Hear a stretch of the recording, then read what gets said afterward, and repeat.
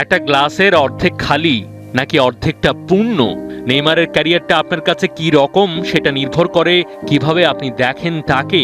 একটু আঘাত পেলেই মাঠে গড়াগড়ি খাওয়াটা উল্লেখযোগ্য সংখ্যক মানুষের কাছে থিয়েটারের দুরন্ত অভিনয় শিল্পী, আবার সেই অভিনয়টুকু নেইমারের কাছে তার ক্যারিয়ারটা আরেকটু বাঁচানো, বড় করার অব্যর্থ শিল্প।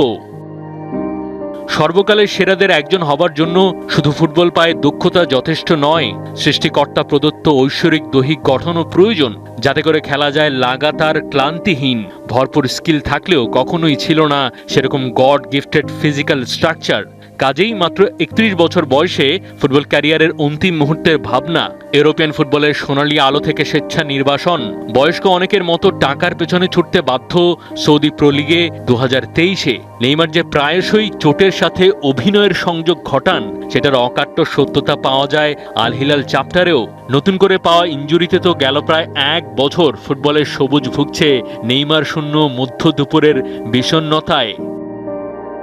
গেল ৩০১টা দিন খুব বেশি হতাশা নেইমারকে গ্রাস করেছে।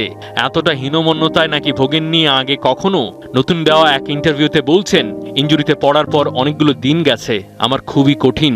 এমন অনেক দিন আছে যখন মনে হয়েছে ফুটবল খেলাটাকেই আমি ছেড়ে দেই। এত কঠিন অবস্থার মধ্যে এগিয়ে যাওয়া সত্যি অসম্ভব। তবে আমার কাছে ছিলেন একজন যোদ্ধা, যিনি আমি যা চাই তা না পাওয়া পর্যন্ত থামতে দিলেন না। তিনি আমার সৃষ্টিকর্তা, খোদাই আমার শক্তি, আমার সুরক্ষিত দুর্গ। আমরা আগামী দিনেও লড়াই করব একসাথে। সব ঠিকঠাক থাকলে আসছে সেপ্টেম্বরে আবার প্রাণের প্রিয় ফুটবলটা পায়ে নিয়ে শুরু করতে পারেন কারিকুরি। তবে নেইমার তো চোটের সাথে তার যে দীর্ঘ সাদা কালো সংসারের ট্র্যাক রেকর্ড, তাতে এমন একটা বোধ আসে যে হয়তো মাঠে না নামা অবধি কোনো কিছুই চূড়ান্ত নয়। অবশ্য এত সমস্যা নিয়ে এতদূর যে আসবেন সেটা তো নেইমারও কখনো ভাবেননি। সেটাই তো উপরওয়ালার সেরা আশীর্বাদ। খুব কম ফুটবলারই আছে যারা এত চোটের সমস্যা নিয়ে, তাও আবার মেসি রোনালদোর সময়ে, একটা ফুটবল প্রজন্মের সামনে সব হারিয়ে দাঁড়িয়ে থাকার মতো টিকে থাকতে পেরেছেন এতখানি গাঢ়, এতটা স্মরণীয়। মাহদি হাসান, ৭১।